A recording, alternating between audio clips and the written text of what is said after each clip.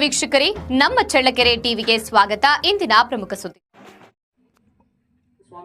ರೈತನಿಗೆ ಆಸರೆಯಾಗಿ ಇರುವ ಹೂವಿನ ಬೆಳೆ ಬೆಳೆಯಲು ಹೆಚ್ಚು ತರಬೇತಿ ಕಾರ್ಯಾಗಾರಗಳು ಜರುಗಬೇಕು ಎಂದು ಚಳ್ಳಕೆರೆ ವಿಧಾನಸಭಾ ಕ್ಷೇತ್ರದ ಶಾಸಕರು ಹಾಗೂ ಕರ್ನಾಟಕ ರಾಜ್ಯ ಸಣ್ಣ ಕೈಗಾರಿಕೆಗಳ ಅಭಿವೃದ್ಧಿ ನಿಗಮದ ಅಧ್ಯಕ್ಷರಾದ ಟಿ ರಘುಮೂರ್ತಿರವರು ಹೇಳಿದ್ದಾರೆ. ಜಿಲ್ಲಾಡಳಿತ ಹಾಗೂ ಜಿಲ್ಲಾ ಪಂಚಾಯಿತಿ ತೋಟಗಾರಿಕೆ ಇಲಾಖೆ ಚಿತ್ರದುರ್ಗ ಇವರ ವತಿಯಿಂದ ನಗರದ ತೋಟಗಾರಿಕೆ ಇಲಾಖೆ ಆವರಣದಲ್ಲಿ ನಡೆದ 33ನೇ ಫಲಪುಷ್ಪ ಪ್ರದರ್ಶನ ಸಮಾರೋಪ ಸಮಾರಂಭದಲ್ಲಿ ಪಾಲ್ಗೊಂಡು ಮಾತನಾಡಿದರು. ಈ ಸಂದರ್ಭದಲ್ಲಿ ವಿಧಾನ ಪರಿಷತ್ ಸದಸ್ಯರಾದ ಶ್ರೀ ಕೆಎಸ್ ನವೀನ್ ಅವರು, ಜಿಲ್ಲಾ ಪಂಚಾಯಿತಿ ಸದಸ್ಯರಾದ ಬಾಬುರೆಡ್ಡಿ, ತೋಟಗಾರಿಕೆ ಇಲಾಖೆ ಅಧಿಕಾರಿಗಳಾದ ವಿರೂಪಾಕ್ಷಪ್ಪ, ಮುಖಂಡರು, ಕಾರ್ಯಕರ್ತರು ಹಾಗೂ ಸಾರ್ವಜನಿಕರು ಉಪಸ್ಥಿತರಿದ್ದರು.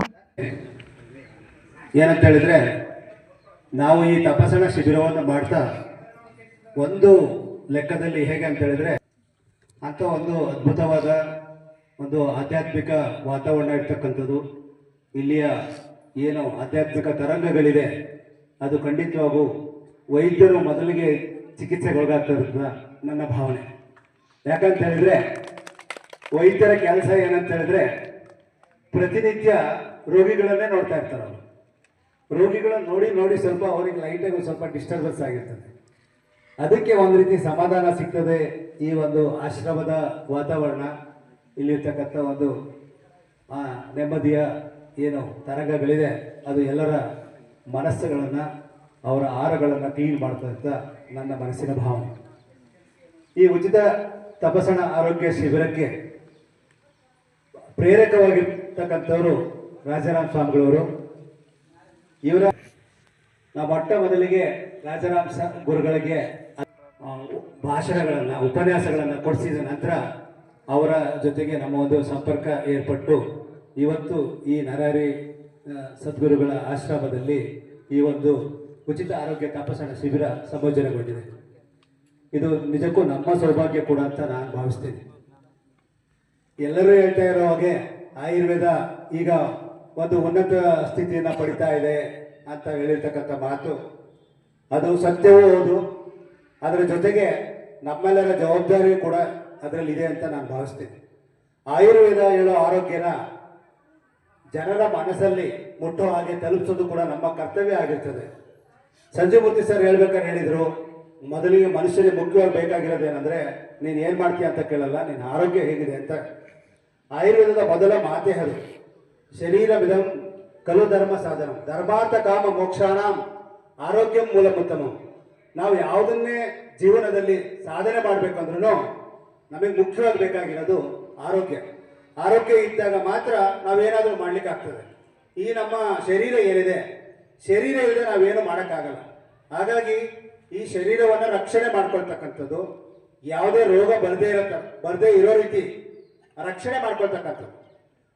ಅಕಸ್ಮಾತಾಗಿ ರೋಗ ಬಂದರೆ ಆ ರೋಗವನ್ನು ತಡೆಗಟ್ಟತಕ್ಕಂಥದ್ದು, ಆ ರೋಗವನ್ನು ಉಪಶಮನ ಮಾಡ್ಕೊಳ್ತಕ್ಕಂಥದ್ದು, ಎರಡನ್ನೂ ತುಂಬ ಪರಿಣಾಮಕಾರಿಯಾಗಿ ಹೇಳಿರ್ತಕ್ಕಂಥ ಯಾವುದೇ ಒಂದು ವೈದ್ಯ ವಿಜ್ಞಾನ ಇದೆ ಅಂತ ಆದರೆ ಅದು ಆಯುರ್ವೇದ ಮಾತ್ರ. ಸಂಸ್ಕೃತದಲ್ಲಿರೋ ಮಾತಿದೆ, ಸ್ವಸ್ಥಸ್ಯ ಸ್ವಾಸ್ಥ್ಯ ರಕ್ಷಣಂ ಆತುರಸ್ಯ ವಿಕಾರ ಪ್ರಶಮನಂ. ಆರೋಗ್ಯವಾಗಿರ್ತಕ್ಕಂಥ ಮನುಷ್ಯನ ಆರೋಗ್ಯವಾಗಿ ಇರ್ಲಿಕ್ಕೆ ಬೇಕಾಗಿರ್ತಕ್ಕಂಥ ಆರೋಗ್ಯ ಸೂತ್ರಗಳಲ್ಲಿರ್ತಕ್ಕಂಥದ್ದು. ಅಕಸ್ಮಾತಾಗಿ ಏನಾದರೂ ರೋಗ ಬಂದರೆ ಅದನ್ನು ತಡೆಗಟ್ಟತಕ್ಕಂಥದ್ದು, ಅದಕ್ಕೆ ಚಿಕಿತ್ಸೆಯನ್ನು ಮಾಡ್ತಕ್ಕಂಥದ್ದು ಆಯುರ್ವೇದದಲ್ಲಿರ್ತಕ್ಕಂಥ ವಿಷಯಗಳು. ಇದು ಎಲ್ಲರಿಗೂ ಗೊತ್ತಿದೆ. ನಮ್ಮ ಇಡೀ ಜೀವನವನ್ನು ಸಮತೋಲನವಾಗಿ, in a very balanced way, ಸಮತೋಲನವಾಗಿ ನಡೆಸುವ ಮಾರ್ಗದರ್ಶನವನ್ನು ನೀಡುವ ಒಂದು ವಿಶೇಷವಾದ ಒಂದು ವೈದ್ಯಕೀಯ ವಿಜ್ಞಾನ ಆಯುರ್ವೇದ ವಿಜ್ಞಾನ. ಅಷ್ಟೇ ಅಲ್ಲ, ನಮ್ಮ ದೇಹ ಇದೆ, ನಮ್ಮ ದೇಹದಲ್ಲಿ ಇಂದ್ರಿಯಗಳಿವೆ, ನಮ್ಮ ದೇಹದಲ್ಲಿ ಮನಸ್ಸು ಇದೆ, ನಮ್ಮ ದೇಹದಲ್ಲಿ ಆತ್ಮ ಇದೆ, ಆದ ನಂತರ ಪ್ರಕೃತಿ ಇದೆ. ಇವೆಲ್ಲರ ಒಂದು ಸೌಹಾರ್ದತೆಯನ್ನು ಉಳಿಸುವುದೇ ಆಯುರ್ವೇದದ ಮುಖ್ಯ ಉದ್ದೇಶ ಅಂತ ನಾವು ಹೇಳಬಹುದು. ಅಂಥ ಪವಿತ್ರವಾಗಿರುವ ಆಯುರ್ವೇದದ ಒಂದು ಉಚಿತ ತಪಾಸಣೆ ಶಿಬಿರವನ್ನು ಶ್ರೀ ನರಹರಿ ಸೇವಾ ಪ್ರತಿಷ್ಠಾನದ ಒಂದು ವತಿಯಲ್ಲಿ ನಾವು ನಡೆಸ್ತಾ ಇರೋದು ನಿಜವಾಗಿ ಕೂಡ ಒಂದು ಶ್ಲಾಘನೀಯವಾಗಿರುವ ಕಾರ್ಯಕ್ರಮ.